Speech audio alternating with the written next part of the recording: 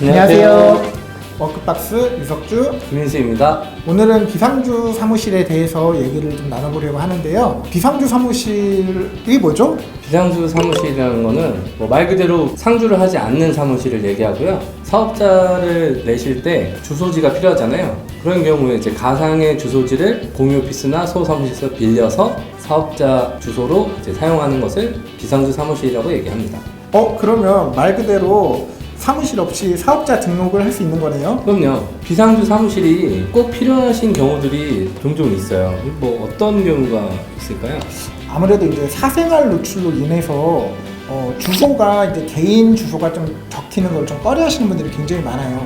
예를 들어서 사업자 등록을 냈는데 무슨 부, 무슨 아파트, 몇 동, 몇 호 이러면은 실제 내가 거주하고 있는 집의 정보가 고스란히 나타나는 거잖아요. 그렇죠. 그래서 혹시 주소가 노출됐을 때에 약간 두려움도 있을 거고 좀 전문성이 좀 떨어져 보인다는 점도 있는 것 같아요. 그리고 만약에 집에다 주소를 등록을 하더라도 내가 업종 추가나 사업자를 하나 더 추가를 했을 때는 한 장소에서는 사업자 하나밖에 낼 수가 없기 때문에 그러한 이유도 있고요. 그리고 꼭 사무실이 필요하지 않은 업종들도 계시잖아요. 전자상거래라든가 부동산 매매업, 컨설팅이나 영업직 분들은 굳이 사무실이 꼭 필요하지 않으시잖아요. 그런 분들이 비상주 사무실을 많이 얻으시는 편이에요.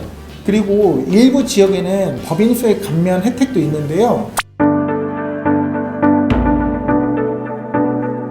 이런 곳에다가 사업자를 내시면은 실제로 법인세에 감면도 되고 또 청년 창업을 할 때 또 굉장히 세절 혜택이 많아요. 그래서 이거를 유용하게 사용하시는 분들은 굉장히 사업에 도움이 되실 건데 이걸 또 너무 악용하지 말아야겠죠? 그러면 비상주 사무실을 고르실 때 주의할 점들이 있는데요. 제가 몇 가지 말씀드리면 일단 첫 번째로 공유 오피스 시설 자체가 좀 열악한 곳들은 피하시는 게 좋아요. 인테리어에 투자를 많이 안 하신 그 공유 오피스들이 있어요. 회의실이나 이런 것도 없고 책상이나 의자만 갖다 놓고 그렇게 사용하시는 분들이 계신데 그런 곳들은 아무래도 투자금이 많이 들어가지 않았기 때문에 하루아침에 없어지는 경우들이 많아요. 흔히 말해 먹튀죠. 그렇죠.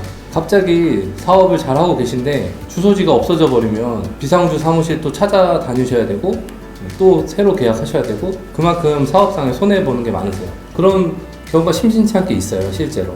그리고 두 번째로 체크하셔야 될 것이 무인보다는 관리자가 상주하는 공유 오피스를 찾으세요. 사업을 하게 되면은 우편이나 택배 등기가 많이 오게 되는데요. 그래서 저희 같은 경우도 꼭 그날 바로 분류를 해서 등기나 택배는 바로바로 연락을 드려요. 한 번은 택배가 왔는데 송장을 보니까 고기인 거예요. 제주산 흑돼지 되게 좋은 거더라고요. 또 좋은 분한테 선물 받으셨는 건지. 근데 이거를 찾아가시겠거니 하고 연락을 드렸는데 전화를 안 받으시는 거예요. 그래서 이렇게 놓으면 왠지 상할 것 같아서 제가 택배를 개봉을 해서 다 냉장고에 넣어놓은 다음에 연락이 닿을 때 찾아가실 수 있게끔 조치를 한번 취해드린 적이 있어요. 굉장히 고마워하시더라고요.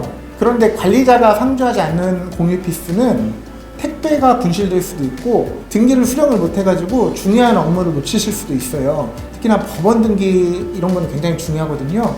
그래서 왔을 때 바로 받아서 전달해드리는 것도 큰 업무라고 생각을 해요. 그리고 대출 관련해서 은행에서 실사를 나오시는 경우도 많고요. 기관에서 사업자 등록 소재지 확인차 실사를 나오시는 경우들이 많아요. 그럴 때 아무도 없으면 불이익을 받으실 수도 있고요. 최악의 경우에는 사업자 등록 직권 말소 같은 거를 통보받으실 수도 있어요. 그럴 때 매니저분들이 상주에 계시면 즉각적으로 대응도 가능하잖아요. 맞아요. 그리고 세 번째로 체크하셔야 될 게 비상주 서비스만 계약을 하시더라도 또 여러 가지 혜택을 받으실 수 있는지도 확인을 하셔야 돼요. 가끔 미팅이나 회의 같은 게 있으실 때도 있잖아요. 저희 같은 경우는 비상주 서비스만 계약을 하시더라도 라운지 이용을 하실 수 있게끔 제공을 해드리고 있고요. 회의실 대여도 자주 이렇게 하세요.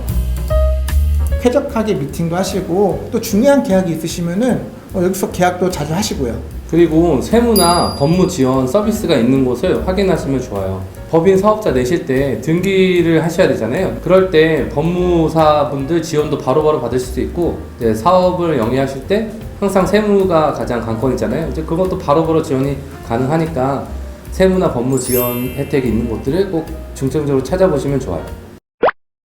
마지막으로 비상주 계약만 전문적으로 하시는 업체들이 있어요. 그런 곳은 좀 주의 깊게 보셔야 되는데요. 이제 사업을 새로 시작하실 때 막 부푼 마음으로 등록을 막 하고 이제 비상주를 알아보시고 최저가로 이제 분명히 알아보신단 말이에요.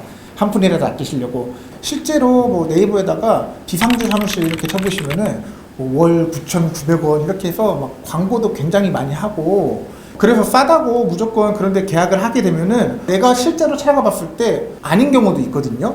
근데 이제 포지지를 가보지도 않고 덜컥 이제 1년치를 선납을 하시거나, 그리고 나서 이제 사업자를 냈는데 몇 달 뒤에 보니까 세무서에서 통지서가 날라오는 경우가 있어요. 주소가 말소가 됐다. 꼭 그래서 현장 실사를 가보시는 것을 추천을 드립니다. 그리고 또 실제로 가봤는데 사무실은 뭐 15평, 20평밖에 안 되는데 거기에 사업자가 100개, 200개 이렇게 많이 등록이 돼 있어서 문제가 된 적도 있었어요.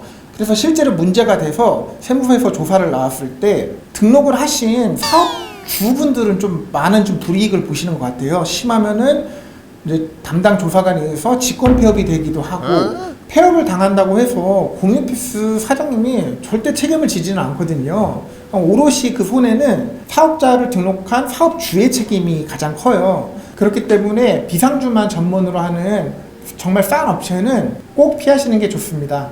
현장을 꼭 가보셔서 비상주만 하시는지 아니면 상주도 같이 병행을 하시는지 꼭 확인을 해보고 계약을 하시는 걸 추천드립니다. 이거 중요한 것 같아요. 저희 워크박스도 비상주 사무실을 운영하고 있는데요. 저렴한 가격에 비상주 서비스는 물론 회의실이나 라운지 이용의 혜택도 드리고 있어요. 그리고 또 추가로 혜택 없을까요? 추가 혜택은, 그럼 만약에 이제 유튜브 보고 오셨다고 하시면 저희 비상주 서비스 계약하실 때 뭐 1년 계약에 뭐 3개월 더 이런 정도 저희가 해드리도록 하겠습니다. 오늘의 영상이 도움이 되셨다면 구독과 좋아요 부탁드립니다. 감사합니다.